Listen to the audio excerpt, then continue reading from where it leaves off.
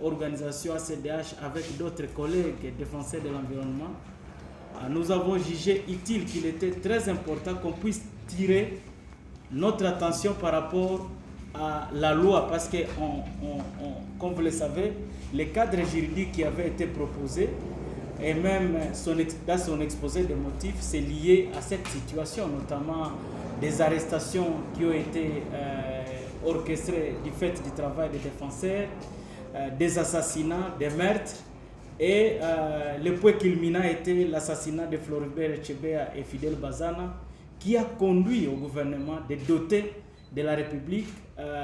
si vous voulez, de doter de la République démocratique du Congo une loi qui protège les défenseurs contre tous ces abus. Paradoxalement, après la promulgation de la loi, force est de constater que dans la loi, on constate un caractère répressif, liberticide, mais aussi discriminatoire. Répressif dans quelle mesure? Dans la mesure où les articles 26, 27 et 28 sont carrément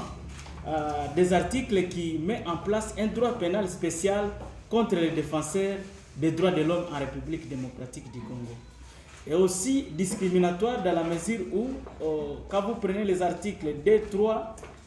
7 et 11, ces articles mettent en place des dispositifs qui sont des conditionnalités à peine de poursuite et de condamnation judiciaire contre les organisations et même contre les défenseurs de manière individuelle. Et quand nous analysons cela, du fait que nous avons plus de 80% des défenseurs de l'environnement qui vivent dans le monde rural et qui n'ont pas étudié,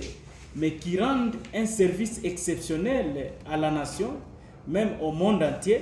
par rapport à la sauvegarde des écosystèmes. Mais ces gens, malgré qu'ils n'ont pas étudié, malgré qu'ils ne sont pas en mesure de produire un rapport, la facture qu'on doit les payer, ce n'est pas de les poursuivre, ce n'est pas de leur doter une loi qui permet au moins de les poursuivre. C'est pour cette raison-là,